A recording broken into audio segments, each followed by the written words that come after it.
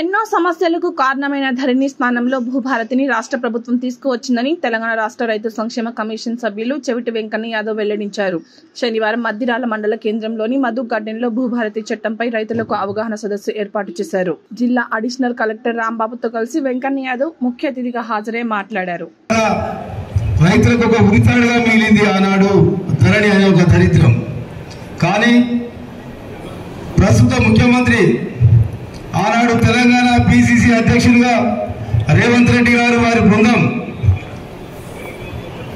తెలంగాణ రాష్ట్రంలో కాంగ్రెస్ పార్టీ అధికారంలోకి వస్తే రైతులకు ఉరితాడుగా మిగిలిన ధరణిని తీసివేసి దాని స్థానంలో ఒక మంచి చట్టం తీసుకొస్తాం, అది రైతులకు చుట్టమయ్యే విధంగా భూభారతి చట్టాన్ని మన తెలంగాణ ముఖ్యమంత్రి శ్రీ రేవంత్ రెడ్డి గారు, ఉప ముఖ్యమంత్రి గౌరవనీయులు బట్టి విక్రమార్క గారు,